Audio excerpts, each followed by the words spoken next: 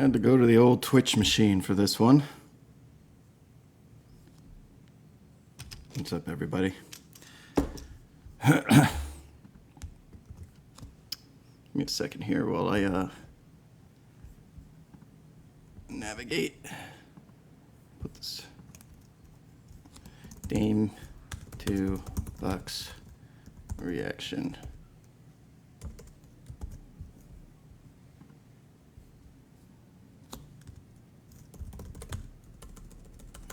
On Twitch.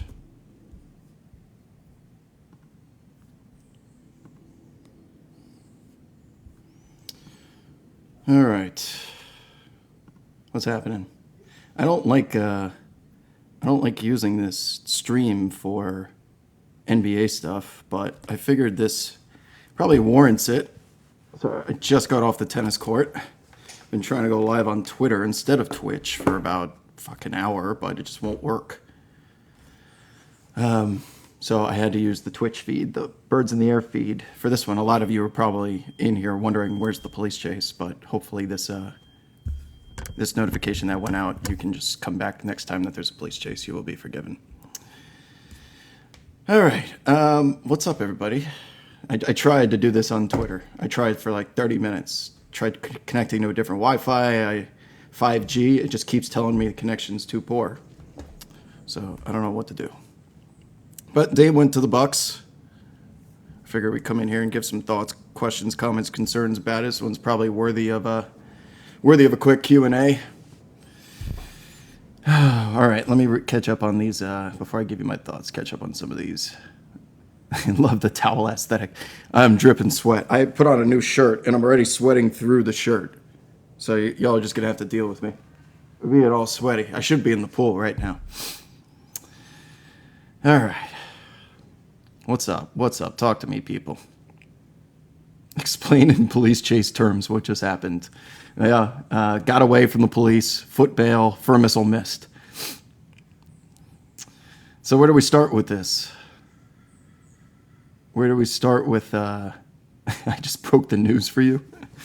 Sorry to hear that. Paul Walker challenge, yeah. All right, so let's talk about it real quick. Dame goes to the Bucks for, specifically, just make sure we get all the little pieces right. So the way this went, Woj tweeted that the deal was done.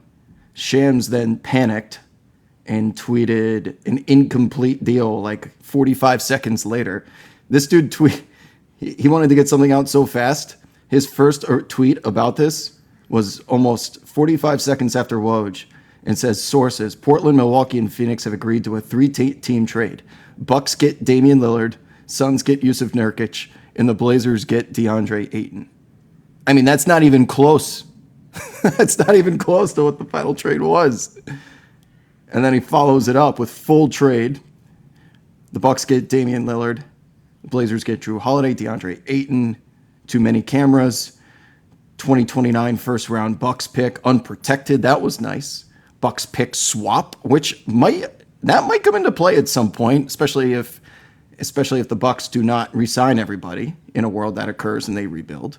The Suns get Yusuf Nurkic, Nasir Little, Keon Johnson, Grayson Allen. So where to begin with this? I guess obviously you're starting with the Bucks. How crazy is that? That in Salt Lake City, something hit me as soon as I saw that trade. So here's what that was the second thing that hit me. Let me tell you the process even before we get to the actual X's and O's of what this team is gonna look like. So I'm on like a group chat of people that are like relatively sharp, and we were discussing like futures bets with the NBA and stuff. Justin's in there too. Jay Fan was in there, and I'm going through my offshore book where I place a lot of my action, and for some reason, I didn't really make a fuss of it at the time, but the book had every future up except for the Milwaukee Bucks, and that only, for those of you that don't gamble, teams only come off the board in terms of gambling odds futures when there's been a major transaction. But at the time on Monday night, nobody knew that this was going to happen. But I'm looking for Bucks futures. I'm scrolling through the offshore site, and there was no Bucks. There was no total team season win over under. There was no to win the Eastern Conference. There was no NBA championship. I didn't really make anything of it. But now that this happened 2 days later, someone, either at that book or the book that they are scraping lines from, knew that the Bucks were about to get Damian Lillard, and that's the first red flag. So that put my tail up. And the second thing that put my tail up was when it hit me during the draft at Salt Lake City. And I remember no one was watching this draft, so it doesn't surprise me that no one else it hit them in the same way. But Giannis takes Damian Lillard with the first pick in the All-Star draft instead of his teammate Drew Holiday. And now Giannis in 2019 had been a captain as well. They did this draft over Zoom. And if I'm not mistaken, he took Drew, he took Middleton. You always take your boys. It's a given, right? It's a given. And we were making fun of Kevin Durant because he wouldn't take James Harden right after he got traded. But he takes Damian Lillard instead of Drew Holiday. And of course, there's videos of Dame saying he wants to play with Giannis, and if he could pick any player in the league to play alongside to win a championship with Giannis. But who wouldn't say Giannis? You say Giannis, you say Steph, you say like one of four guys. But for Giannis to do that, Mr. Loyalty, and then LeBron's standing there giving him like the cross, like, you serious? You didn't take Drew?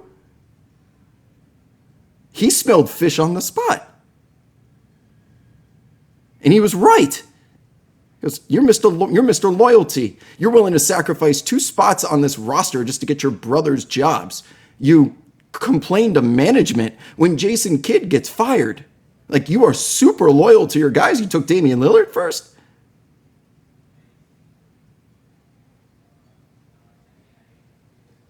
That shit's crazy, man. That shit is crazy.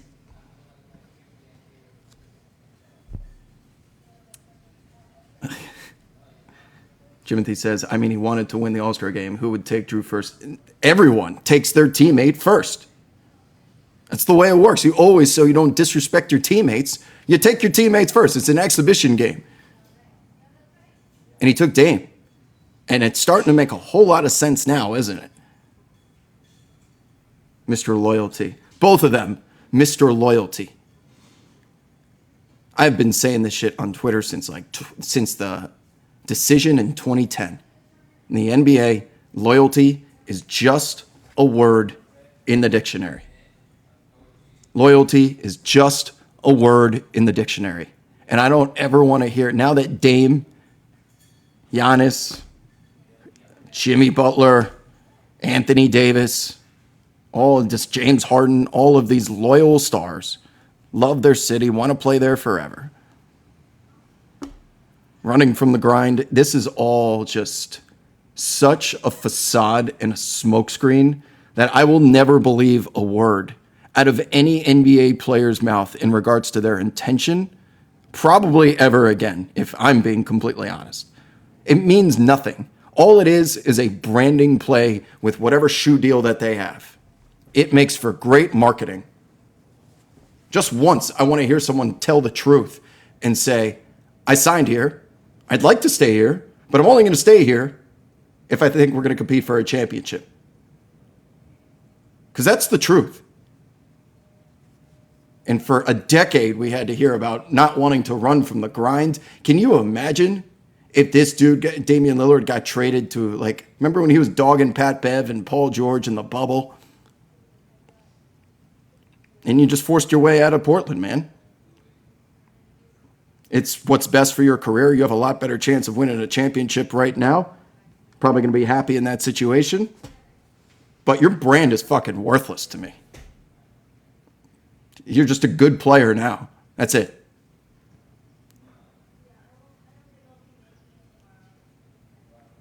And there's nothing wrong with that. You can be a guy that jumps teams. It's your right to be able to be traded, voice your opinion, sign in free agency. I just don't want to hear it out of your mouth about how you will die for your city or your franchise no matter what, because that is no longer the truth. That's it.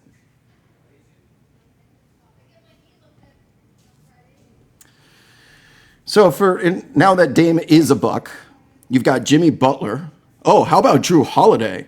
This is another red flag. So Monday I saw the odds coming off the board for the Bucks. Tuesday, you have Drew Holiday going to the press and going on the record and saying, I love Milwaukee. I don't want to leave. I want to end my career here. Now, Drew Holiday has a player option coming up, and he's due for an extension at the end of this season. So knowing how good Drew Holiday still is and what the market he can get on an open market, it's everyone's assumption, unless he tore his Achilles or his ACL or something and he was out for the year, that he's going to decline his player option and go get paid. And I think his hope was that I can continue to do that in Milwaukee. And then he goes to the press and he says, like, he's doing the Dame Lillard. I don't want to ever leave. I want to stay here. I want to make things work. Now, why would Drew be doing that? Why would Drew be doing that on a random Tuesday before media day? And it's because he knew. He knew. He knew he was about to get moved. I don't know any other explanation for that. Is it just a coincidence that he went to the press and was talking about how much he loves Milwaukee and doesn't want to get moved? Unless he knew from someone that this was about to happen? That'd be one hell of a coincidence, wouldn't it? So you got odds makers taking down Milwaukee Bucks futures. You got Drew Holiday in the press. And then when we start including all of these videos of Damian Lillard in the past saying, and he's got tweets out there floating around right now that I want to play with Giannis. I want to play with Giannis. He does an interview with GQ that says, I want to play with Giannis. You got Giannis picking him in the All-Star draft, plus the two things I just mentioned, and you have the result of which is today. And I'm surprised nobody even gave it a look, because we were drowning in so many Miami Heat rumors and Toronto Raptors. Masai's always there just trying to ruin things. I'm convinced Masai Ujiri doesn't ever want to trade. He's just there to ruin things. He did this all the way back with Steve Nash when he poison pilled the Knicks from getting Steve Nash that one year. And they paid Landry Fields. They matched the Landry Fields contract or something. Masai Ujiri just wants chaos. He's never actually going to make a move. Not named that's a one-year flyer on Kawhi Leonard that worked out. So he's creating chaos. Who knows? Portland was never taking a Miami deal centered around Tyler Hero. Are you kidding me? Straight up, there would need to be a third team involved there. And then ultimately, Milwaukee ended up being the choice. So this whole time, was Dame okay with Milwaukee, but he was publicly trying to force his way to Miami? Did he actually want to go to Miami? Who knows? Who cares? Now, on the Portland side, I do want to save the Bucks side for a second, because on the Portland side, what you get back here is incomplete, and that is a huge positive for the Blazers. So today, just for today, it's Drew Holiday, DeAndre Ayton, too many camera, 2029 first-round unprotected Bucks pick, valuable, and a potential pick swap. That alone, you would think, is a good trade. But we know, the whole world knows, the Blazers are now in rebuilding mode around Simons, Shaedon Sharpe, and Drew Holiday is going to fetch a king's ransom on an open market. This may be one of those situations that if I'm the Blazers, I might just be holding on to Drew Holiday and wait for someone on a good team to get injured, and they are one Drew Holiday away from winning a title. You can be getting the same picks back that the Bucks traded to New Orleans to get him in the first place. Drew Holiday's still worth that, in my opinion. He's not nearly as efficient of a scorer as Damian Lillard is, but Drew Holiday is a proven championship player that has played above and beyond expectation when it mattered the most and came up with two of the biggest plays in a championship run that actually formulated. This is not a salary dump. Just because it's an expiring contract with Drew Holiday does not make him any less valuable. If anything, it makes it more valuable that a team is willing to take a risk on him at this stage in his career because you only have 1 year left. You don't have to worry about him getting injured and extended, whatever. Jrue Holiday is going to get 2 first-rounders from whatever team trades for him in the near future, and they're also going to get an asset, whether that's a current pick or a recent. It's going to be someone on a rookie deal. So the Blazers, right now, DeAndre Ayton, too many cameras, 2029 first-round unprotected Bucks pick, and then everything that Jrue Holiday is going to fetch is ultimately what they are going to get back for Damian Lillard. So if I'm a Blazers fan, it's sad to see your face of your franchise go. Leading scorer in franchise history. Blazers fans have raised this guy. They've been a part of his career from the very beginning, all the way back to the game winner against Dwight Howard's Houston Rockets with Mike Tirico on the call. I'll never forget that. Like, Blazers fans, you should be, I know you shouldn't be like mad. I'd be grateful for everything he accomplished, but you guys know that there was a ceiling with him on this team as the best player. And that ceiling was a conference finals appearance. You were never getting through the Warriors, and you're never getting through the Suns now. So what they did today is without a doubt best for the long term. But if you're a Blazers fan, you're also sitting there saying, when are we ever going to get a player of this caliber again? Fair question. But if you're going to lose a star, getting back what you did has proven to be the way back. The Brooklyn Nets have done it a couple of times. New Orleans Pelicans did it with Anthony Davis. They did it with Jrue Holiday. This is not going to be a lengthy rebuild, and there are pieces in place there. You got Simons and a guy that can replicate Damian Lillard's career. You feel like the potential is there now that the floor is his. The Kings did it. So it's not a sad, it's more of just a, it's more of like, if I was a Blazers fan, I'm a Colts fan. And the day that Peyton Manning went up to that podium and he said goodbye to Indianapolis because he had just been traded to Denver, that's the last time that I cried. I had actual tears coming out of my face. That's the last time I have wept as a man. And he may give a speech like that, he may not. And I understand the emotional, it's time to go. Like, both parties know it.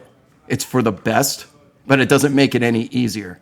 But no, this was not a fleecing. This is not a complete just torching the franchise and starting over. It's really not. You guys hold arguably the most powerful trade chip in the NBA right now, way above James Harden. Teams are going to be running to get Jrue Holiday way before they're ever going to be paying for James Harden. And is there a world that this trade is not even complete today?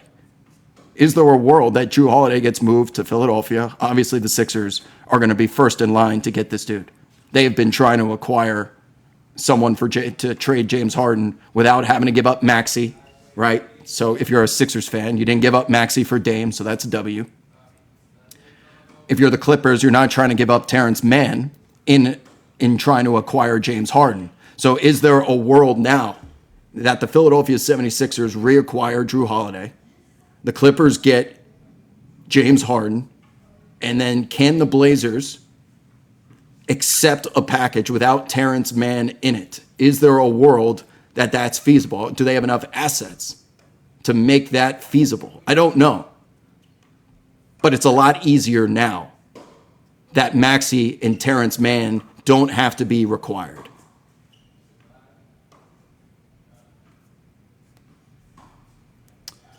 Blood May says, why on God's green earth would Portland trade for Harden? They wouldn't. This would be a 3-team trade. It would be Harden to the Clippers, Jrue Holiday to the Sixers, and then the Blazers are going to need to be compensated for Jrue Holiday. And that's likely going to come from a combination of both the Sixers and the Clippers. And if you don't want to give up Terrence Mann or Tyrese Maxey, I need someone to come up with a package that makes enough sense for the Blazers to give up what I just said is the most valuable trade asset in the NBA 2023-2024 season.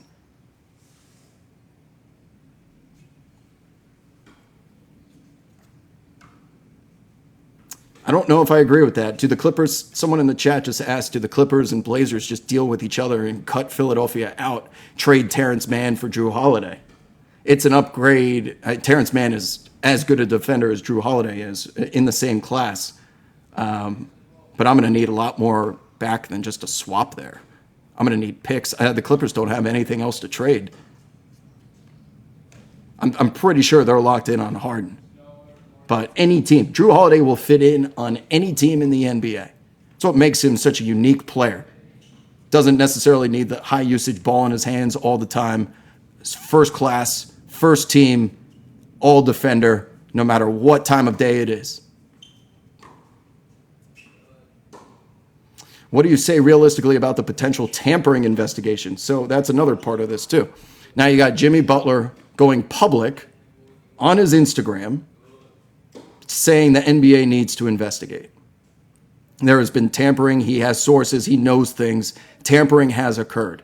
Now, this is like, what is a catch in football? What is the definition of tampering? We have seen teams penalized in the past for tampering when they engage with free agents before the moratorium begins.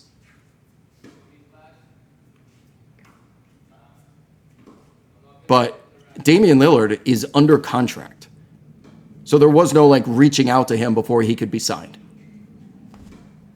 So that's step one. Sorry, hold on one second. What could have occurred? What's even possible of a player under contract? Because tampering occurs every day in the NBA with players texting each other, with executives reaching out to other GMs and stuff. You could rule tampering on every play the same way you could rule holding on every NFL play. There's pass interference. There's something that occurs every day. How do you tamper a trade? What did the Bucks do to put the Heat in a position of disadvantage that was unfair and uncompetitive? Or is this just them being salty?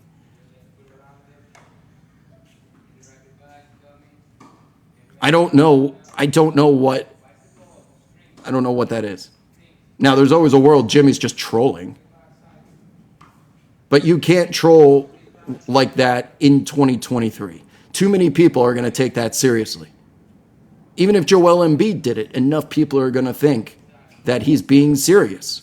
And that is a detriment to the product. And if you're calling for tampering with the words, he knows something, I know something, you got to look into this. That's a pretty serious accusation that I don't know. I find if it was trolling, okay, I can laugh about it. But I know a majority of people would not.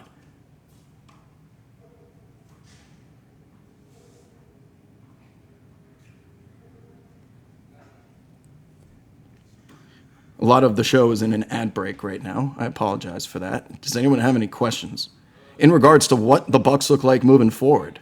I mean, they're going to be now the favorites to win the Eastern Conference.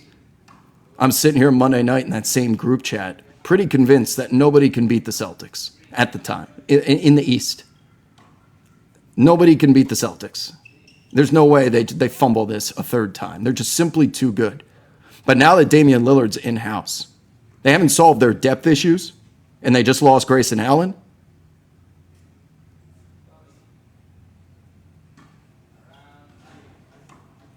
But when we get to the playoffs, is there a better 6-7 man rotation in the NBA? Even if you're still bringing Bobby Portis off the bench.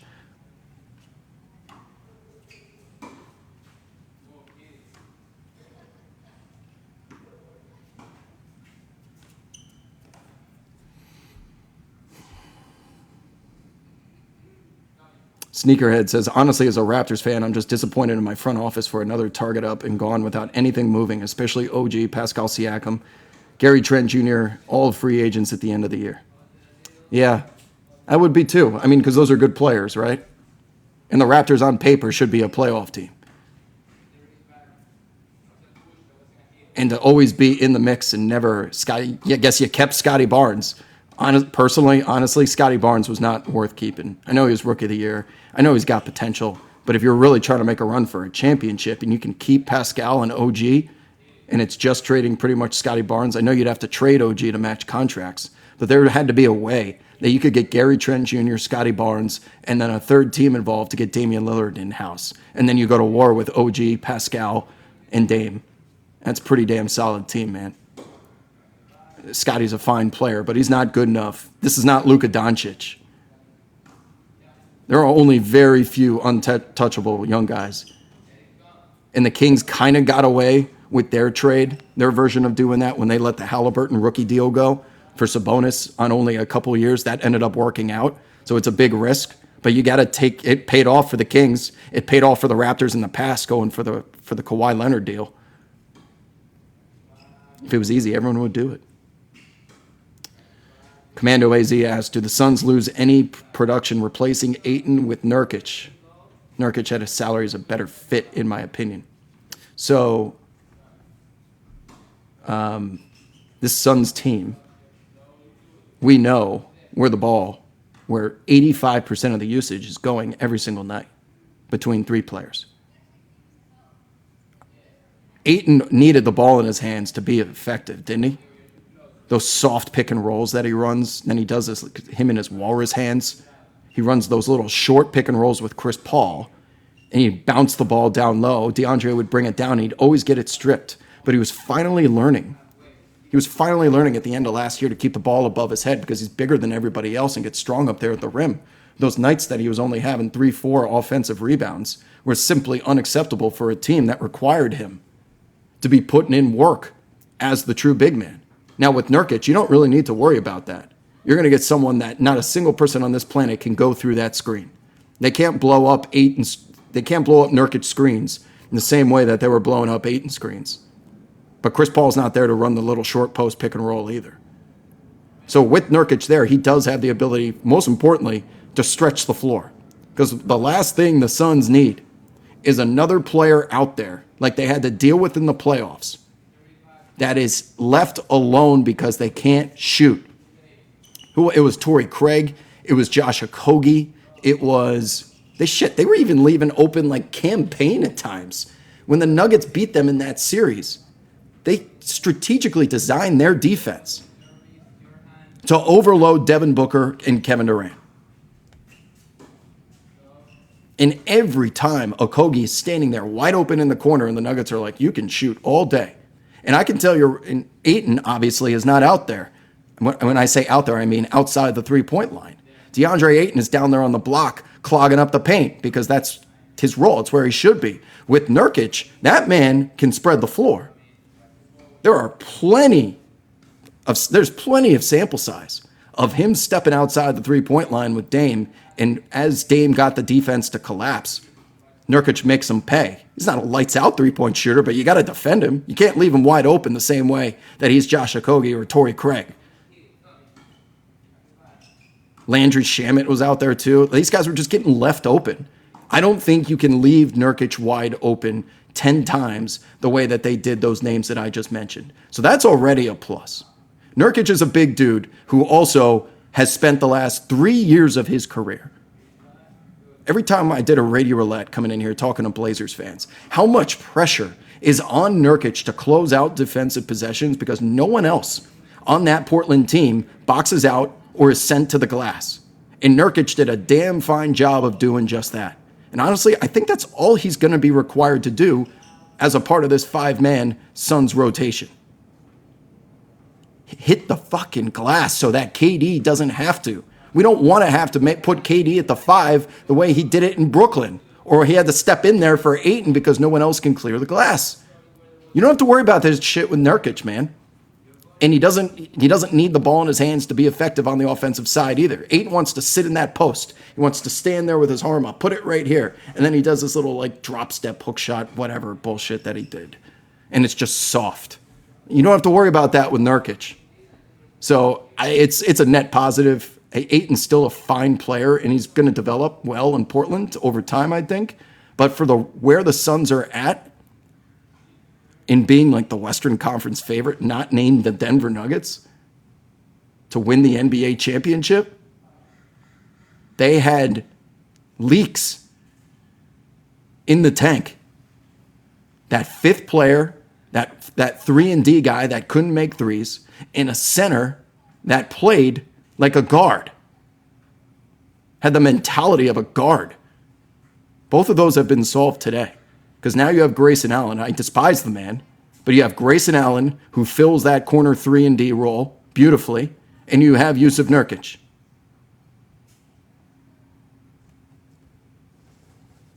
So W for the Suns. It's a W for, it's going to be an eventual W for the Trailblazers once they get their package back for Drew Holiday, and it's a W for the Bucks. I really see no one that came out of this taking like an unnecessary risk. And if you're the Bucks, you're sending Dame and Giannis out there in a high pick and roll from 25 feet away every single play, and why would you do anything different? It's unguardable. You're gonna cheat off of Giannis when he's setting pick and rolls for Dame because you want Giannis to shoot jumpers. But if you go into drop coverage against Damian Lillard, he's just going to step in there and just shoot it 50 times and make 35 of them. Are we still doing police chase comparisons? Ayton is like a misplaced spike strip. Yeah, that's a really good analogy. Nice. I like this little police chase crossover. Someone said pick and roll doesn't work in the playoffs. Pick and roll, even if it doesn't work per your mindset, what it does is it puts your post player in a position to get the ball 10 feet from the rim as opposed to having to hand it off to him 30 feet from the rim.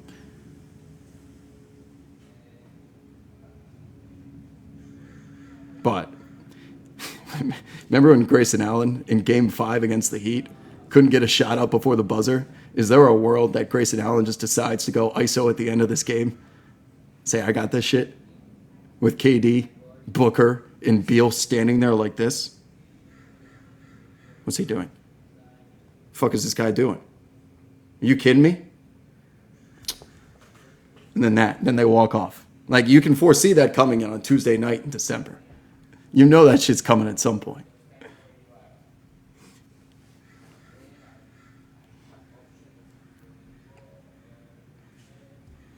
Nick Nurse is going to be cooking up, the zone Nick Nurse is going to be cooking up opening night.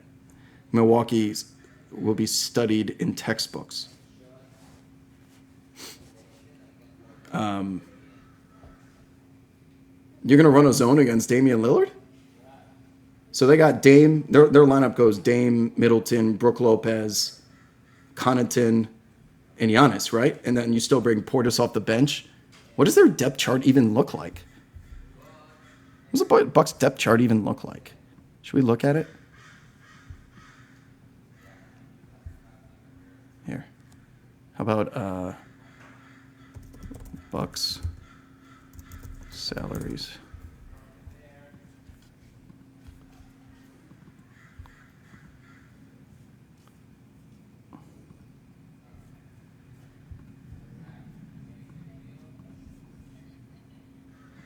Okay.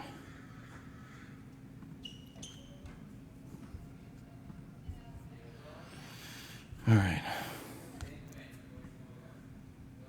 Okay. So Giannis, Dame, Middleton, Lopez, Portis, Connaughton, Jay Crowder's there.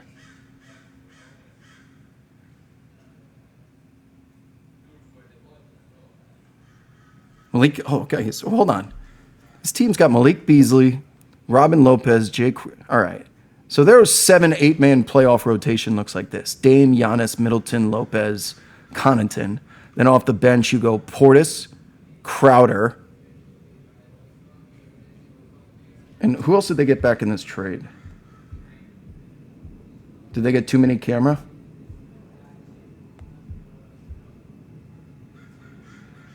No. Okay. I mean, Malik Beasley is a playoff player. Robin Lopez can give you bench minutes. Jay Crowder and Portis. I mean, they have a 9-man rotation. And then they're going to be giving guys like AJ Green regular season minutes. They won't see Marcus Bolden. We'll see some regular season minutes maybe at some point. Beauchamp, like on the nights that they get some load management. But I'm feeling pretty okay if I'm the Bucks and these guys stay healthy that we have 9 reliable playoff guys. And you only need 8.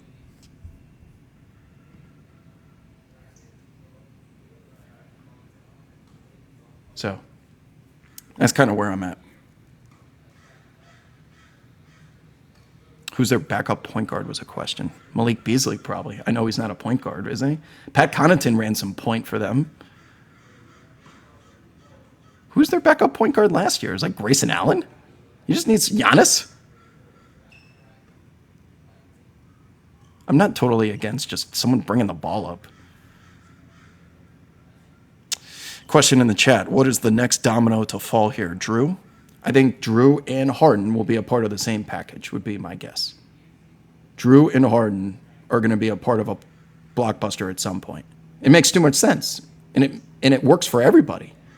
And the Blazers are going to get back. Like what kind of trade can we put together? Should we do it right now? Let's do it right now. It's not going to mathematically work because there's no way that the trade machine has caught up with all the deals that have gone through today because it's not official yet. But what I'd like to do is just see if something can work and be a 3-team trade. But I'd like to reiterate that, yes, I think the Bucks are probably the favorites in the East now. A slight edge over the Celtics. Celtics have more depth than them. They can deal with a little bit more adversity. But I would make the Bucks a slight favorite for now. Okay, let's do this.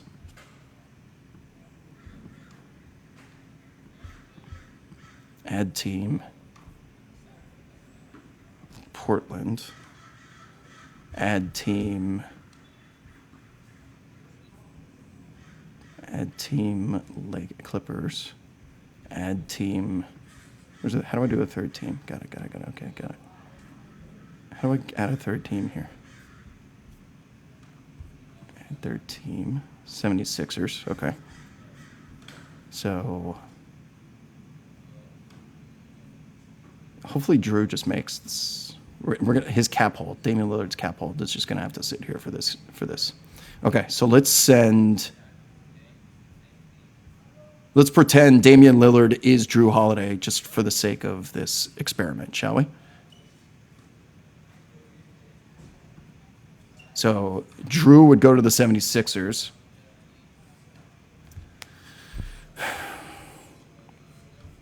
Harden goes to the Clippers.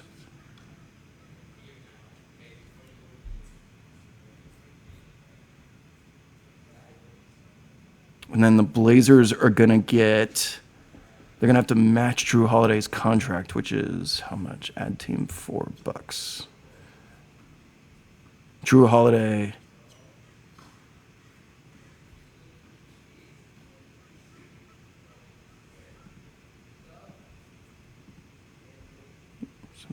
I'm just going to do that because it's easier. Okay. So Drew Holiday goes to the 76ers. Clippers get James Harden. Now, $36.8 million. $36.8 million is essentially what the teams are going to have to match to make this 3-team trade happen, because Harden's making 35.6.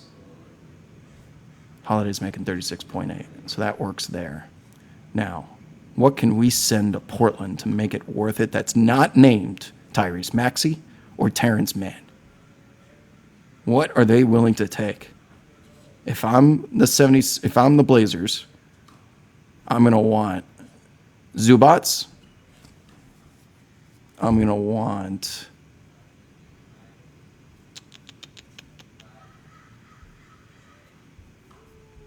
God, the 76ers suck. This team sucks. It's really just, this entire team is Maxey and Embiid. That's crazy. They don't have anything to trade.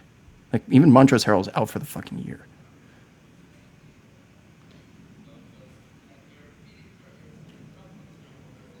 How do they pull this off? Do they have picks? What picks do you have? Okay, they're going to have to send like 2020. They can't trade their 2026. They can only trade their 2028. Trade to the Blazers. 2030. Trade to the Blazers. I'm going to want this 2029 pick back that came from Portland. So trade this back to the Blazers. Okay. So right now we have Zubats, 2 first-round picks, a second-round pick. What else can we get for Drew?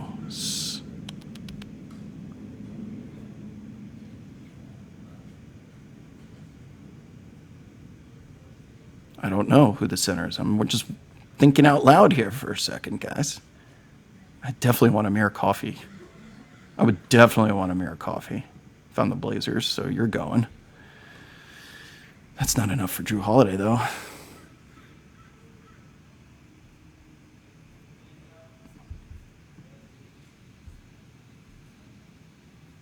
$14.6 going out, 14.6 coming in. Yeah, this obviously isn't going to work for this experiment, but we're going to have to find a third guy to send. It's going to have to be like DeAndre Melton. 1 year. Why would Blazers want 1 year, $8 million of, I'm sorry, DeAnthony Melton? Why would they want that, DeAnthony Melton? This 76er team has less than 0 assets. Can they even trade Mo Bamba? He's recently signed. I don't think they can even trade him until the winter. Melton, Coffey. Ugh. So, it does have to be Melton. So then that's really what this blockbuster is going to look like, guys. Let's just, realistically, it's going to be Drew Holiday goes from Portland to the 76ers. Harden goes from the 76ers to the Clippers. Both those teams are happy. And then in compensation for giving up Drew, the Trailblazers get Ivica Zubac, Amir Coffey, DeAnthony Melton, 2 first-round picks, and a second-rounder. That's it. That's how this blockbuster probably happens with just only a 3-team trade. Is that enough? Probably not. And the Trailblazers there's nothing that says they have to deal with only these 2 teams. There's going to be, the Miami Heat are probably going to offer Tyler Hero for Drew Holiday. I'd rather just deal with them straight up. We're not going to give you Dame, but we'll give you Drew. I'm all ears if I could get Drew Holiday alongside Jimmy Butler.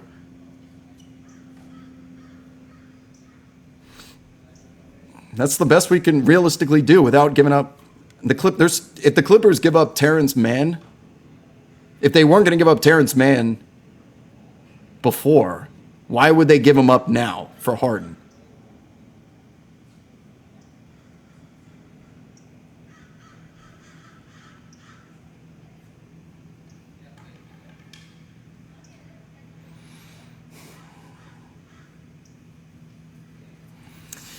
Bled by UK says OKC has to trade for Drew. Minnesota should also be in the running, but they don't have the damn picks.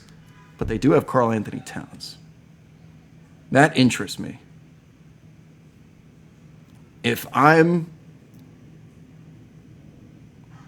we in an ad break right now? I'll wait till we come out of the ad break.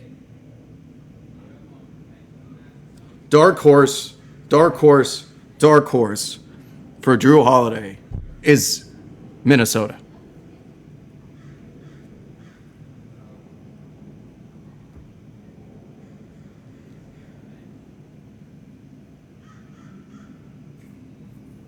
But what does that involve? Because can you just deal Cat and Drew? You're going to need more. You're going to need more than just Drew Holiday to give up Cat, right?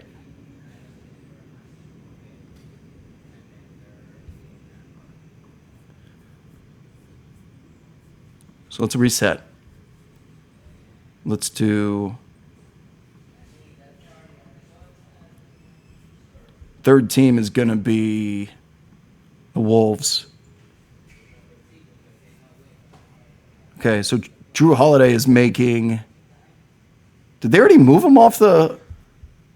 Where'd he go?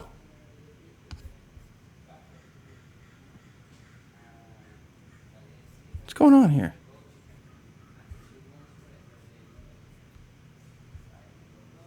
Trailblazers, Wolves, and just the Bucks, just so I can have Drew. Okay. So just move Drew over to the Blazers. Okay, just look at the two on the left side of the screen. So you can match Drew Holiday and Cat Steele. This would not surprise me. So if this were, you can move them straight up. They make the same amount of money together. 36, 36.8. Then you're rocking with a team that's got Mike Conley, Drew Holiday, Anthony Edwards. And the only reason why Wolves fans are, I know that you're going to stomp your feet a little bit, but Naz Reid might be the best damn center on this team. Before Naz got hurt, Naz, when he was filling in for both Gobert and Cat, was the best center on this team last year. And you have three of them. I'm not totally against it.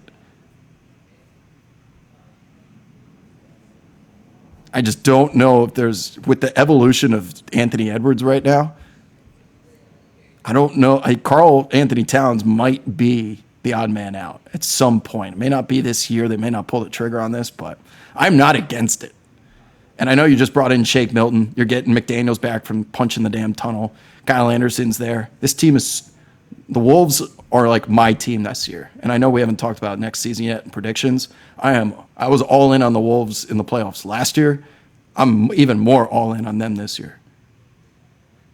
This team, on paper, is almost perfect, but we know they're the Wolves, and we know the combination of having Cat and Gobert out there simultaneously not only has not proven to be successful, but you can't put Naz Reid out there too. The perimeter defense is simply just non-existent. You just run past these guys, and then Gobert's clogging the lane defensively. Clogging the lane in the last 2 minutes when you're trying to go out there and get buckets.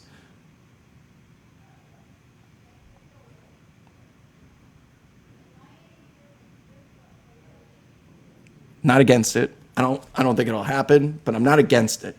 I'm really not. And you can trot a lineup out there with Holiday, Edwards, McDaniels, Naz Reid, Gobert, Anderson. Man, that team's good. They're just the Wolves. If it said anything besides Wolves on the front of the jersey, they would be the consensus, everyone's darlings. Admit it. They're stacked on paper. The pieces may not fit together with Gobert, Naz, and Cat all out there at the same time. They don't have enough foot speed to defend a small ball team. Drew Holiday would solve that very quickly. But you better believe, I already have Wolves to win the West. I have the Wolves to... My biggest bet, my biggest future bet, I'll give this away at a later time as the season gets closer, but my biggest bet by far, my future is Wolves, yes, to make the playoffs, minus 150. But they're like plus 5,000 to win the title. They're plus 3,500 to win the West. Those are so live, man. They are so damn good. Ant is there. Ant's the guy. He was already showing... If we're being completely honest, the Wolves gave the Nuggets the toughest time of any team in the playoffs last year. I don't care what the final, if it was 4-1, those games 3, 4, 5, and 3, 4, and 5 were all tight. Game 1 was a blowout. Wasn't it? And they match up well against the Nuggets and Suns, which is all you should really be focused on. They have McDaniels out there. They got Ant to defensively to go up against Booker and Kevin Durant. Like, they're well equipped. You would have veterans in Conley and Drew Holiday in the backcourt too. What is the liability of this team? People are going to say Gobert. People are going to say they're the Wolves. They'll figure a way to fuck it up. But they're the team, if you're looking for bang for your buck or a dark horse for me, undoubtedly this season. I just wish they can't play three centers, and Naz Reid should be playing 35 minutes a night. He's that good. Naz Reid might be the best damn center on the team. Coach, yes. Front office, ownership, yes.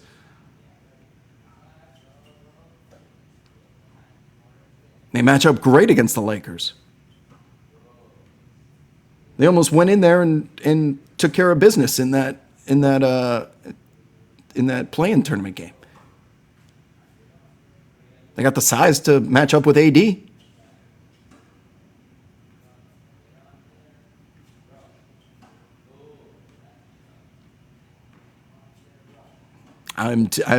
This is a Naz Reid Hive account.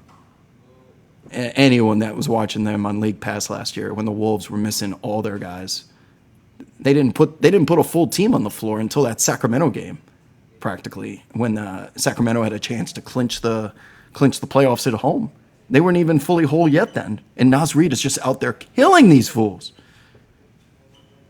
all season. He plays the 4. He plays the 5. He can play with Gobert. He can play with Cat. Cat and Gobert can't play together because Cat has to go out to the perimeters. Gobert's down there clogging up the paint. Everyone wants Cat to go out there and just get nasty on the block, and he can't do it if Gobert is just standing down there.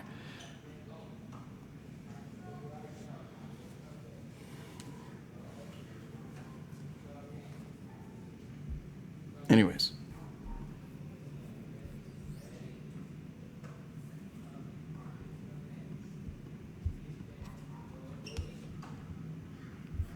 Thanks for letting me rant.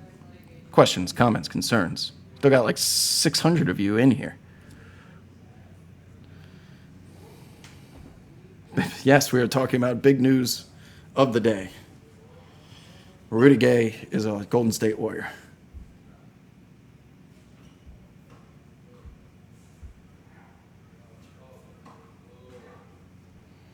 What's up? Sorry, I'll pay more attention to the comments now. I need to go into the pool. I'm starting to get cold from my tennis match. The sweat's starting to get cold. No, Wob Tent. This is just there's only one transaction that was going to make me come back live, and that was Dame getting traded, and that's why we're here today. But Dubs, where we stand, if you're just joining us now, just to recap, Wob is W's for all involved. The Blazers are incomplete because they're going to get a shit ton back for Drew at some point, and then we'll know what their final package is. But I think they did well, and I think they will. They don't have to trade Drew before the season starts either. They can wait until that January 15th, when all the players who just got signed are available to be traded. There's a lot more that can be involved in these deals. So if you're the Blazers and rebuilding, you're not going anywhere anyway. Just hold on to them, and the trade deadline's in February. They're in no rush. And go out there and play Drew a little bit. Let him be a veteran leadership. Like, he brings value, even though you're not going to win a lot of games.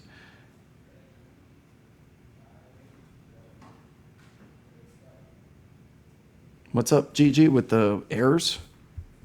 What am I missing? Oh, yeah. I don't know what's going on with the Twitch stuff.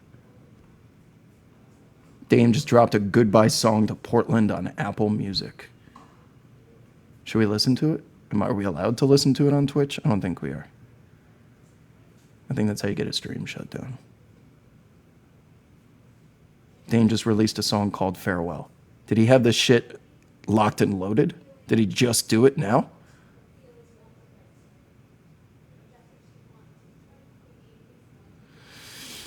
Killapper says, when is your preseason preview show? Sorry if this is way too early of an ask. I just don't want to miss it.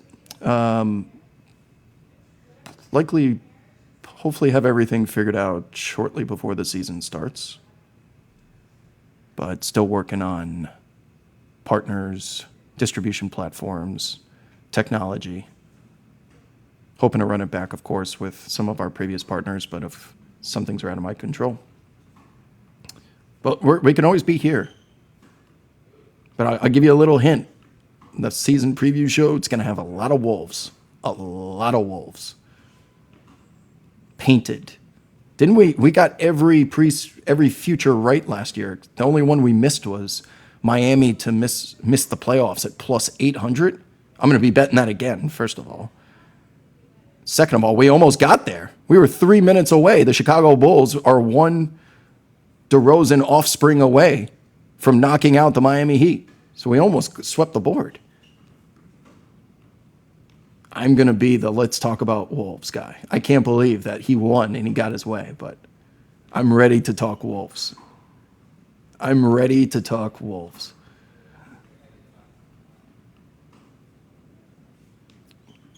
Questions? What's going on in the chat? Didn't I have Phoenix miss the playoffs future? Did I? Was that on the graphic I put on? I think I have the graphic, actually. Let's see. This is what I had last year. Let's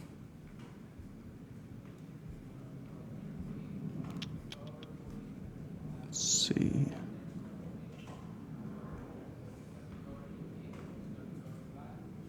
Futures? Oh, there it is. Let's see. This was what I had last year. Oh, I did have Suns missed playoffs. Of course, Helwick knows everything.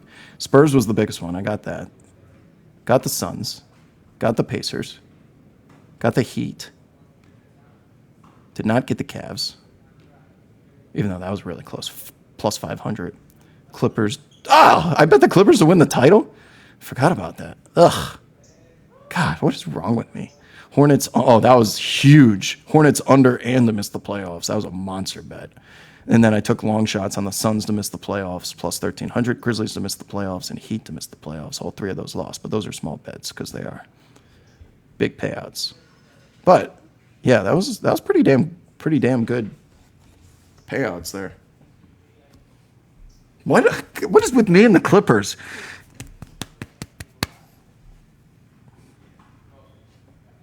No more Clippers, man. No more Clippers. I'm done. Stockholm Syndrome. Did I win my tennis match? We didn't play a game. It was more of just a rally. But I'm pretty damn good now.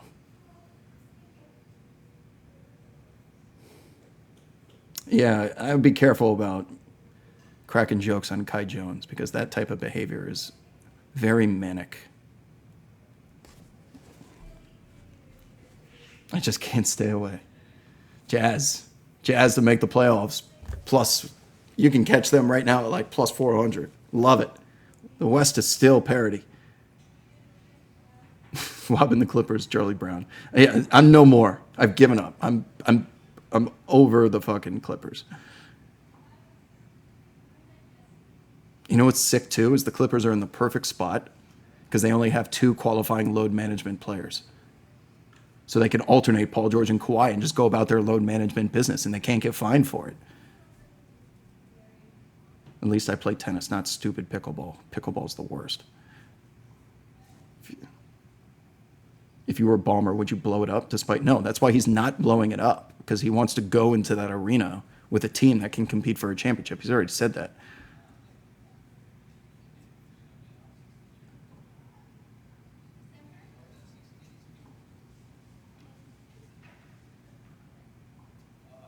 Jordan Clarkson will be an all-star this season. Yeah, that's a decent long shot bet. Pacific is tough, yeah.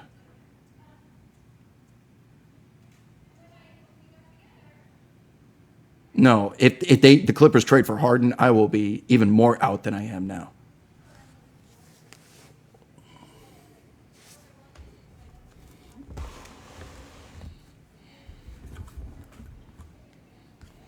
Let me pump this one more time on.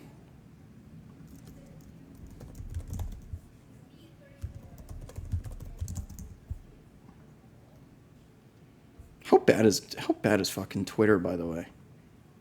You can't even go live on the app anymore. And you know what's sad? Like, as I'm in the process now of prospecting new partners, new platforms. Always, every off season is an off season for for talent on the content side as well. And these conversations I have with operators, meaning like fantasy or legal gambling shops or just general content partners, you name the platform, how much they have devalued Twitter in terms of moving content. It's not even on the radar of things that they're out there like trying to acquire, that they're trying to utilize. They kind of have their accounts and they'll publish things on there, but having a following on Twitter is as worthless as I have seen in a decade of creating content. That if you're not big on like TikTok or YouTube, now it cycles because Twitter was number one between 2014 and 2019. Having a engaged Twitter account puts you above anyone else in line in terms of getting gigs, sponsorships, partnerships, things like that. And like content has throughout time since I've been alive, it cycles around. And right now, Twitter is in a bear market. It's just YouTube and TikTok. Instagram is falling off. Snapchat falling off. Now, you may enjoy using it, and you may, doesn't mean like you should stop using those apps and go to what's popular. I'm just telling you from the front lines of people with money that are looking to spend on platforms and advertising that there's two platforms that matter. And Twitter is the very bottom right now. The very bottom. So if you're an aspiring content creator, Twitch, YouTube, TikTok is where you should be building your audiences right now. Me personally, the bet I made between 2014 and 2019 was just moving all in on Twitter and kind of hoping that Twitter evolved into what like YouTube has evolved to today. And for a while there, it looked like a good bet. But I diversified my content portfolio a little too late. I was late to YouTube and Twitch and Instagram. I didn't even have an Instagram until like 2018. No, like 2017. But I did that as a choice. So going all in on one platform, no matter what it is, even if it's YouTube right now, there'll be a day where it cycles back around and YouTube is no longer the go-to app. So make sure that all of your content is spread across multiple avenues.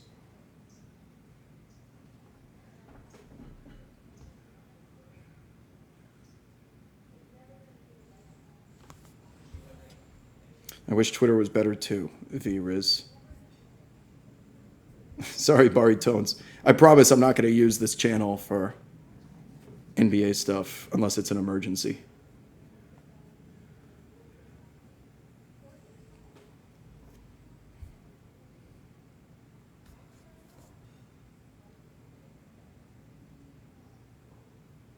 What's up? Chat's quiet. What's good? What do you want? Anything else on this trade you want to talk about?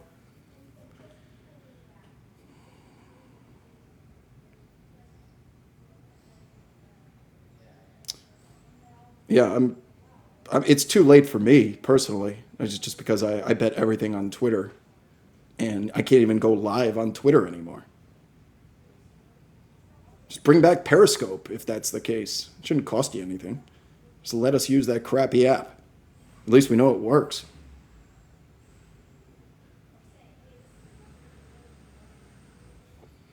Are we getting another year of Radio Roulette? I don't know yet. Where does this put the 76ers in the Eastern hierarchy? What did they do today? They're still, as long as they have James Harden, they're going to be a tier below Boston and Milwaukee. So they're going to sit in third, fourth place. And then they're going to lose in 6-7 games in the conference semifinals. And if they somehow get through the conference semifinals, then they're going to lose. Their problem is that being third best means they're going to have to beat both of those teams. They don't have the luxury of only having to beat one. They're going to have to beat both, and they're not good enough to beat both. Do I think Phoenix uses what they got as potential salary assets at the deadline? They got Nurk. I think they're going to give Nurk a spin. I think he fits in great on that team. The one thing the Suns could not do against the Nuggets is get a damn rebound. Aaron Gordon was averaging like 8 offensive rebounds a game because they don't have anyone to box him out or fight on the glass. Devin Booker and Kevin Durant don't want to be up there, and certainly DeAndre Ayton and his walrus hands don't either. Nurkic fills that role beautifully. Doesn't need the ball on offense. Isn't a liability. Isn't left open. What more do you want if you're a Suns fan? Big Red Fury says, talk about Heroes mindset right now, offering you to everyone, and you are crying about your hometown team tampering because you didn't just get traded. Right. So the irony in Tyler Hero bitching about tampering when you were the one that was getting offered up in the first place. So did you want to get traded or not? Clearly not. So why are you bitching about tampering? I think Tyler Hero is a young kid who has been brainwashed by the Miami Heat, which isn't a bad thing, but he wants to be in Miami because it's the city of Miami. Everyone looks good. It's tax-free state. The weather's nice. Playing for the Heat, he's part of Heat culture. He doesn't want to leave that echo chamber. I don't blame him. But listen, even the best players in the NBA get traded. So you're not the first and you won't be the last. You kind of got to get over it. And I think he will. But he's a kid still. Well, how old is Tyler Hero? Like 23? 24? He's a Zoomer. So he'll just go play some Fortnite and he'll wake up tomorrow and feel better. Go back to work. The Heat crowd will still welcome him with open arms.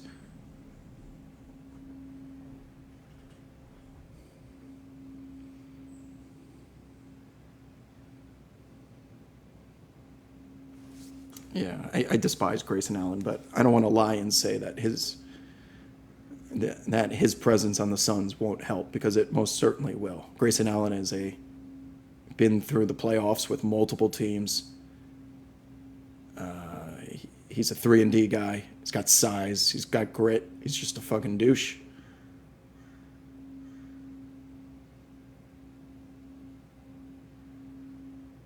Regarding tampering, what's up with Jimmy Butler playing My Chemical Romance in the video? I don't know what that is.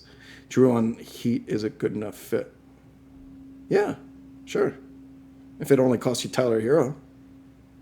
I can see that happening, for sure. And Drew and Jimmy Butler is one hell of a backcourt. Tell me a mercenary that would be more open to Heat culture than Drew Holiday. That guy, people love him because he does anything that you need him to.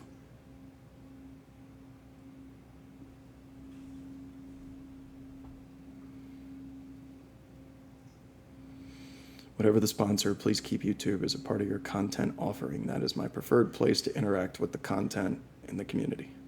Noted.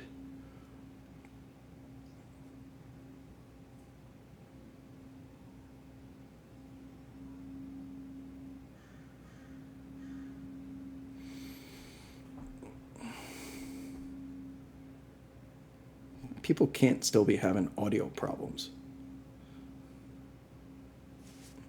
Why is it only my feed?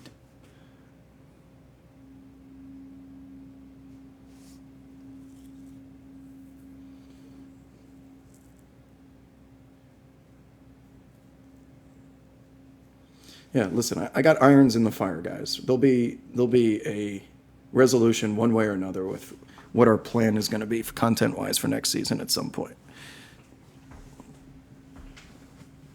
If there is one. No guarantees.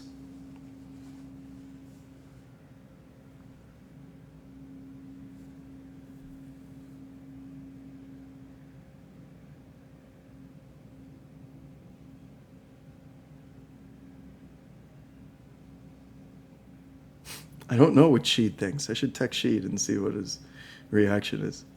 He might not even know, honestly.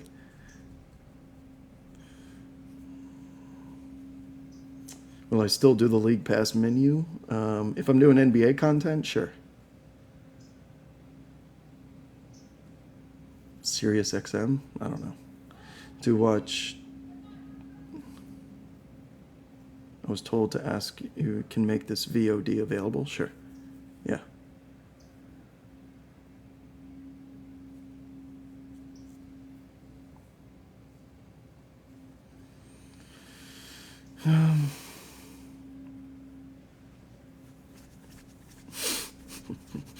Justin calling players trash is my favorite.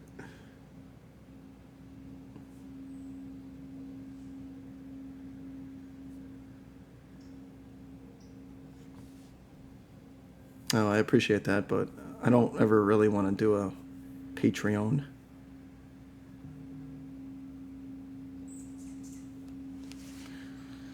I don't think content should ever. You guys know where I stand on paid for content. I'm sure people would be more than willing to pay for it, but I'm a freemium guy. I think all content should be free, supported by advertising, and then you can provide premium content that people pay for or a better user experience to get rid of the ads. So I try and make as much content freemium as I can. I've never had people pay for it. There should always be a free version available. And if I go behind a paywall, then I can't do that. But if you choose the freemium, then you have to deal with the free, what comes with the free, and that's ads. So stop bitching. Something's got to pay to keep the lights on around here. Someone's got to get me these damn jerseys hanging on the wall. They don't hang there by accident.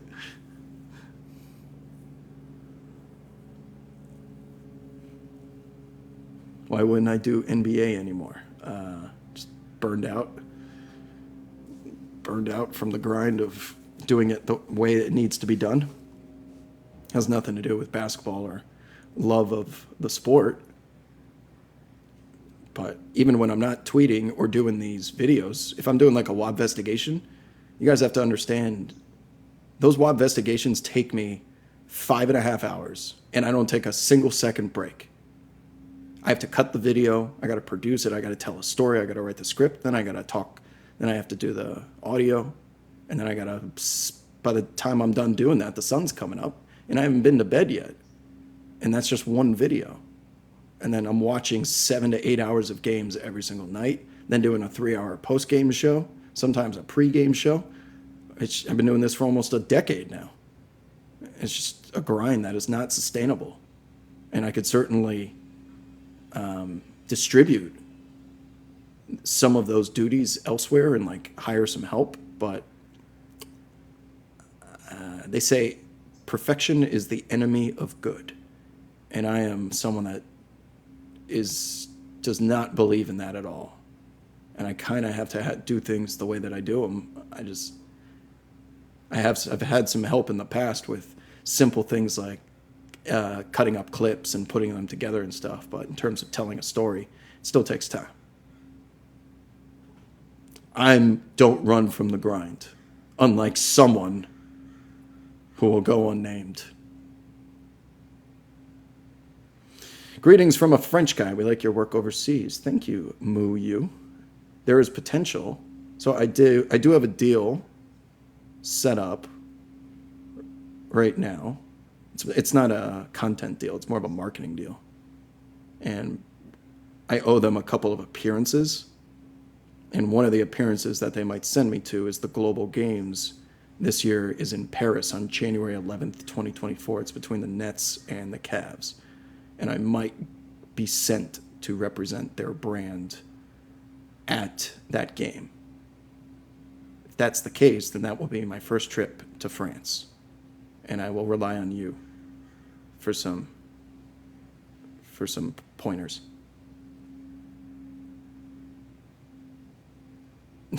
Those West Coast games, yeah.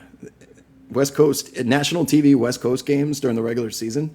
I mean, I'm on the West Coast, and they don't end until 10:15, 10:30. That's 1:30 a.m. on a Tuesday.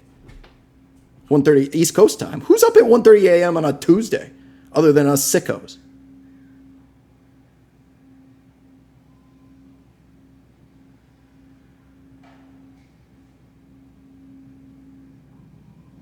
How do you see Adrian Griffin implementing Dame into defensive scheme? We can speculate all we want, but until we see something tangible in a preseason game, even a regular season game, and even then, playoffs are a different sport than the regular season. You have the luxury of Giannis Antetokounmpo, Brook Lopez, and Chris Middleton. You have 2 all-NBA defenders and a third that can hold his own, and Connaughton's damn decent as well.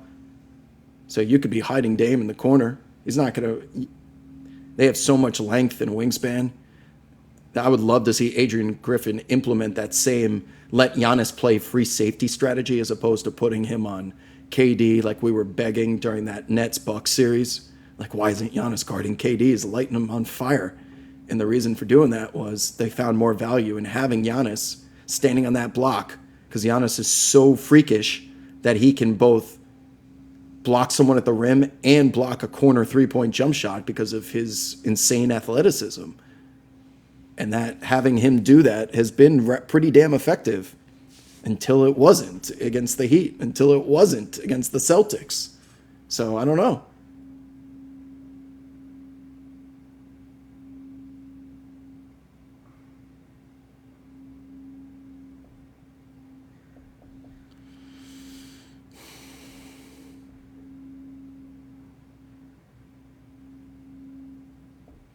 The Nightbot will guide you guys for the audio problems. Who are you calling Towel Boy? I kind of like the towel aesthetic. Is it? Well, the sweat is... There's no point in me going swimming now. I got a hot tub. I got to go swim a little bit. Tough life around here.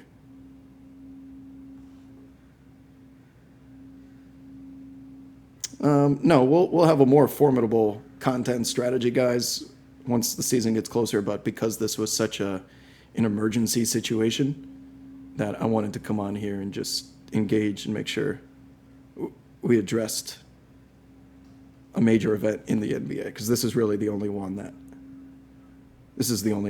is worthy of doing so. But do we think the NBA is going to actually do anything with this tampering call, this call for tampering? I don't think so.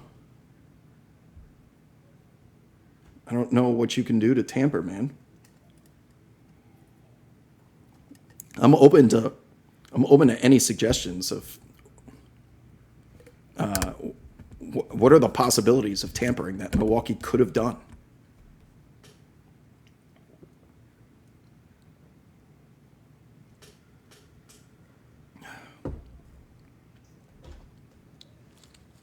That's kind of what's the problem with the internet, though, is that Jimmy is just, you know what, he's going to get disciplined or reprimanded by either the Heat or the NBA, and he's going to be like, I was just kidding.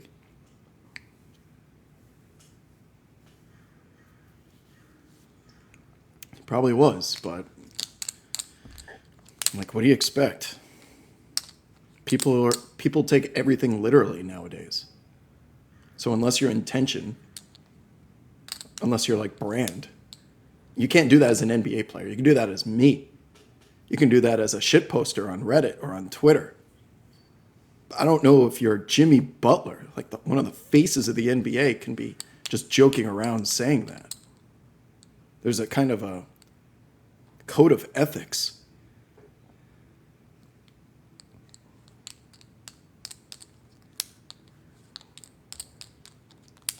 They could have told Dame to tell his agent to heavily imply he only wanted to go to Miami. Why would he do that, though? How would that get him to Milwaukee, which was his secret, I actually want to go there destination? What would using Miami as leverage, would that get Milwaukee to the table? I don't... Because they would trade Drew every day for Dame, and that's all it took.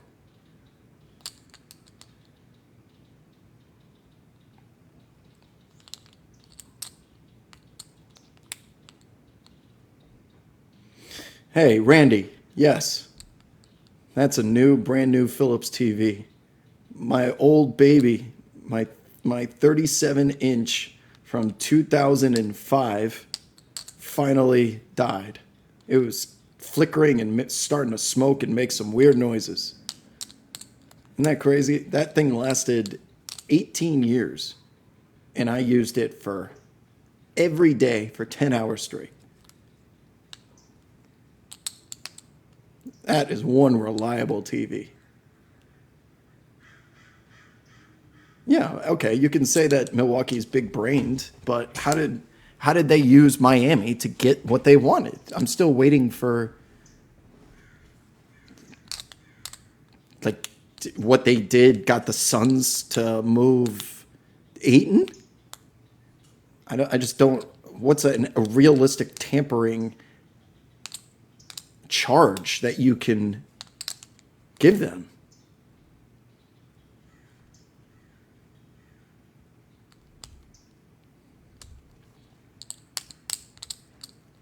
Yeah. And do you guys know the last time someone that has been hit with a? Remember when the NBA said we're going to fine people who flop? I think the last flopping fine was given to either Marcus Smart or Patrick Beverly 3 years ago. Tell me there hasn't been a single flop since then?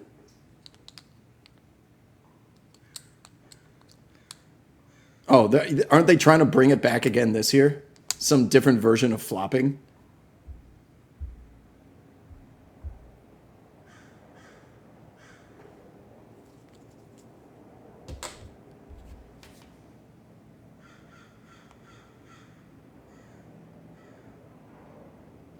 Sorry. Speaking of, I just got a text about potential plans for next year. Hold on.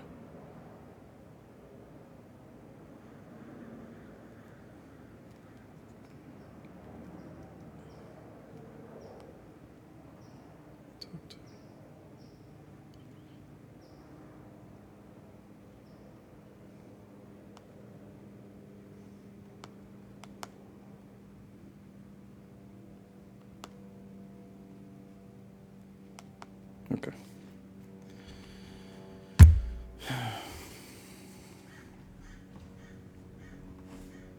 Oh, Cass, you know what? Should I FaceTime Cass?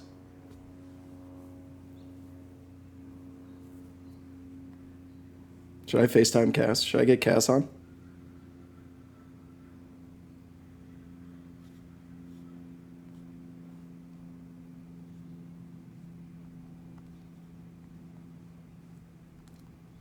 Want to hop on Twitch and say hi to everyone? I'll send you a Zoom link.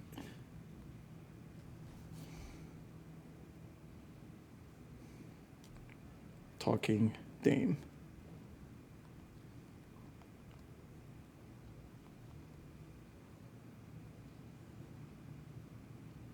We'll see if she responds. It's 6:17 where she is. She's dealing with like mom problems now. She's living that mom life.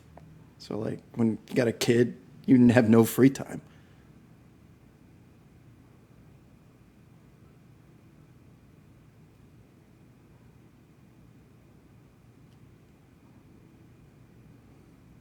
Even having a dog is like a burden, time wise at least. Cody had a very bad day yesterday. Cody got attacked by a German Shepherd. Thankfully, she came out unscathed, but very traumatizing.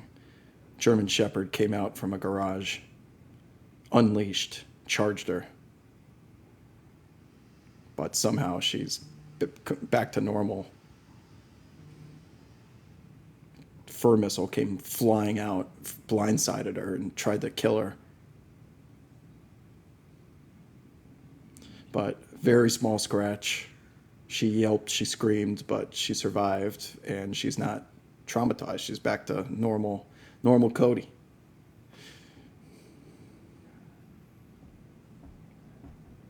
Thank you, Helwick. September 2nd, 2020, Marcus Smart in the bubble. That's the last time the NBA has issued a flopping fine, right?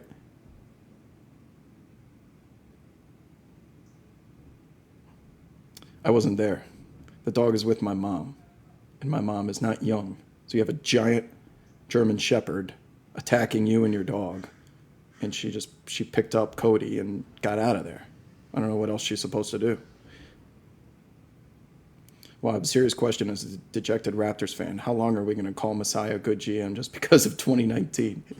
You guys are starting to go down this Doc Rivers road of he got that one championship in 2009 and it gives him a pass for everything wrong that he does after it. But I don't think Masai has done anything. What has Masai done? He just has balked on deals. Remember, Danny Ainge caught flack for this.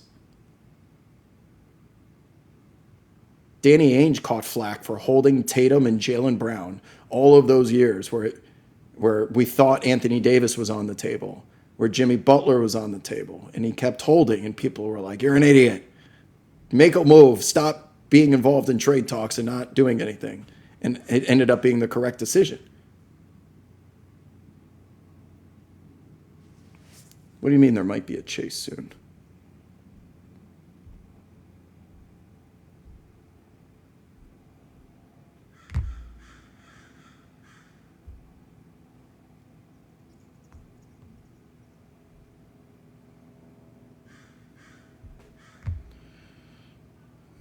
Where's the chase?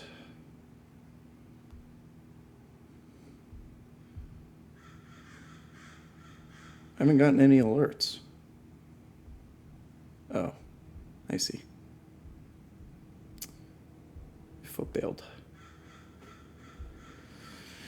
OG has been in trade rumors since the bubble era. It rankles my brain every time they say, oh, do something. I understand that. And you get frustrated because your team is. It's more frustrating when you're a fan of the Raptors and they have these three guys and they have some pretty hefty contracts and you are every year you're the 10th best team in your conference. So there's no worse place to be than stunted growth in mediocrity in the NBA. The Detroit Pistons lived there for a long time. The Charlotte Hornets lived there for a long time. The Bulls are kind of there right now. You know there's a slow, low ceiling above you. And if I would rather be in last than in 10th in the NBA, right? No one wants to be in 10th place, especially when you have, if you're in 10th place on the way up with like rookie deals, that's different than having the Siakams and the OGs and the what was Fred VanVleet, and now you lost Fred. I get it. Teams just kind of, you're hoping Scotty Barnes turns into fucking Luka Doncic. Good luck with that. No, I wouldn't put the Magic in the same. Magic have a lot of young talent that are on good deals. They don't have the same type of financial liabilities that the Raptors and Bulls do. They're in the same like talent tier as those teams, but they have a brighter future in my mind.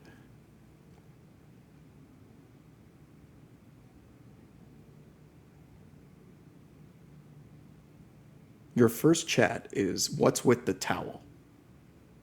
I played tennis and then I ran up here to talk to you guys instead of showering or going in the pool. And I've got chafing going on downstairs. Ugh, it's so annoying.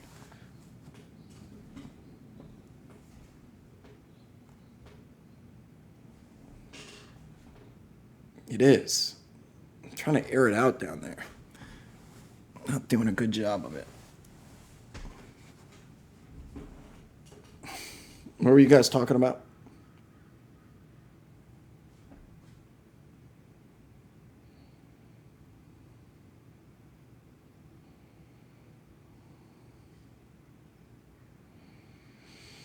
Well, we've been here for an hour and a half. Did this suffice your lust?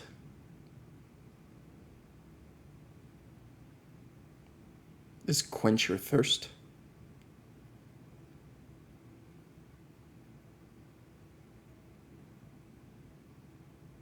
No poker streams in the near future. I play in a private home game, but nothing on stream.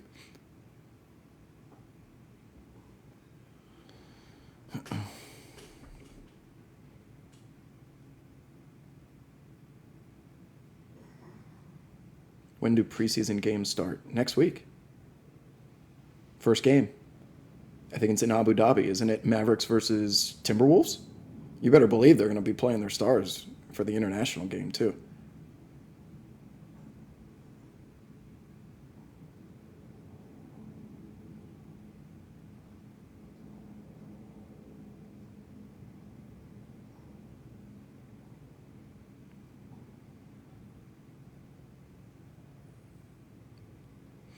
Yeah, we talked. I think Drew would be perfect on the Sixers, man. Drew was perfect anywhere, but Maxey and Drew. Ooh, that's a backcourt. Ooh, that's a backcourt. Maxey, Drew, Tobias, Embiid, and Tucker. I like that a lot more than Harden, I'll tell you that much. And then you got Drew going up. Who would know Milwaukee better when you play them in the conference semifinals than Drew Holiday?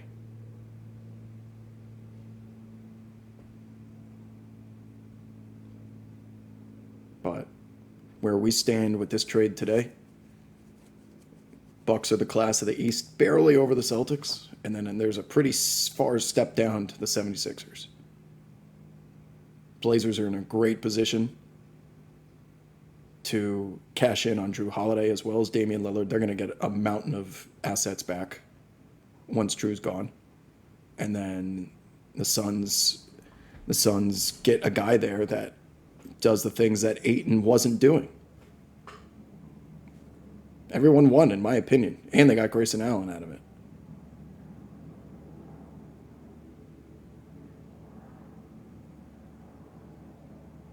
Can we be done with Harden until he actually does something in the playoffs? Yeah, I'm. He can even do something in the playoffs, and at this point, he can't be trusted. He'll give you 2 games out of 7, and those 2 games will be glorious. And the problem is those 2 games will give his fan base and the people that die for him, are willing to die for him, it gives them just enough hope and just enough evidence that they will continue to defend the wall as if Harden is not the massive playoff liability that he is. 2 out of 7 is not 4 out of 7. And I will never forget the night that Jonathan Simmons, that's the night I knew I would never trust Harden again. Closeout game at home, and Harden laid down for Jonathan Simmons. No Kawhi that night either. Kawhi was out. That was one of the most embarrassing individual performances I've ever seen. Ever in the NBA. And how many times we've seen that from Harden since? When he stinks, he stinks. He stinks. The ball's in his hands so much. If he could just go back to being the OKC, run from corner to corner and shoot corner threes, I might turn around and believe a little bit more. But as long as that usage percentage is north of 25 with him, no thanks. You said you still think the Suns have too many problems. What are those problems? Depth. Their depth issue right now has been solved, I would think. Can we look at their... let's see.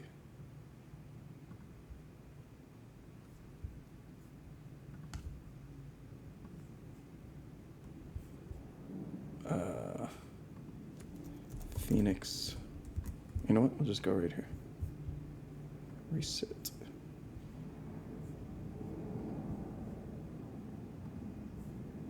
Phoenix. Okay.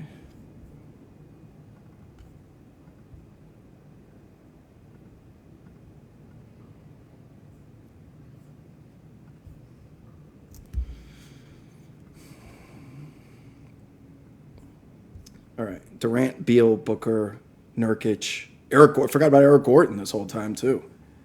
Eric Gordon's there on a minimum. I mean, he's the solve. He's the 3-and-D. He was the 3-and-D solve that Okogie problem. Damian Lee, whatever. Eubanks, whatever. Bates, Diop is not terrible. T.J. Warren, whatever. Chimezie Metu. Oh, I forgot they had Yuta and Bol. They're fine, man. T. Ross, Biyombo. Yeah, they got no depth problems this year, man. Regular season, they could trot out that lineup of Warren, Damian Lee. Yuta Watanabe can fucking play. That guy's nice. 6'9" swing man that does everything. He's willing to sacrifice his soul to the Anthony Edwards gods. And if you want to just throw the dice a little bit and get a little nuts, take a shot of Jack Daniels, you got Bol there. T. Ross, the Human Torch. Where is there a single? I don't see any depth issues on this team at all. In a playoff rotation, when you have Beal, Booker, Durant, we're only going 8 deep. Nurkic and Gordon, and then the first 3 off the bench are going to be Yuta, T. Ross, Biyombo, and then you're looking for like either a Warren, a Bates Diop, a Chemezi Metu to kind of stand out and give you those Christian Brown minutes.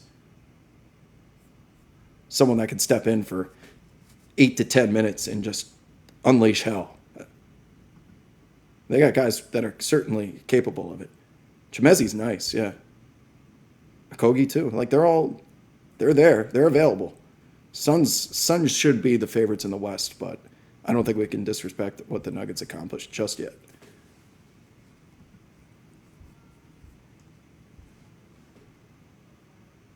Yeah, they got depth. Suns are good. Suns are real damn good. Not as good as the Wolves, though.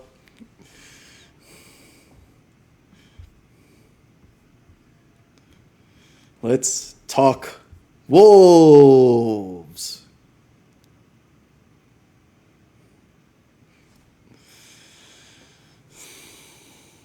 All right. I believe we're nearing the end of our meet and greet. Let's talk Wolves. Do you remember when he created a new username and he got to me? And then he let off his question so that I wouldn't recognize it's him. And then he slid it in there. He goes, you know what, Bob? Let's talk Wolves.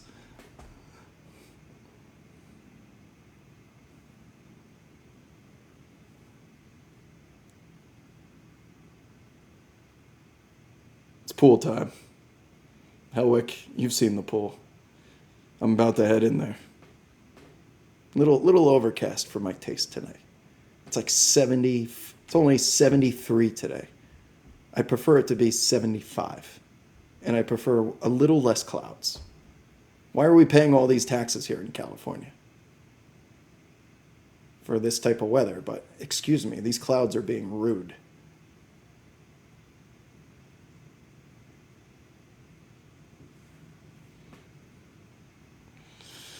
All right, people, it's been fun.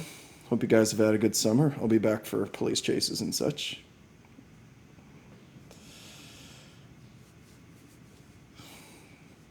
But hopefully, we addressed everything we need to, right? I don't think all of these conversations need to be me screaming about Milwaukee Bucks are going to go 82-0. That's kind of, if I was doing YouTube, it would have to be this type of reaction with 82-0 question mark. Are the Bucks the best team ever? Like that would have to be if I was content farming, if I was engagement farming. That would be to get people to click, right?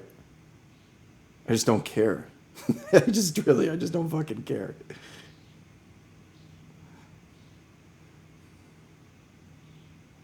Well, I'll put if you missed the chat from earlier, all the talk about the trades and stuff. I'll put this up as a VOD so you guys can watch it back. All right, DX in the building. Good talking with everyone. I'll see you on the timeline. Deuces.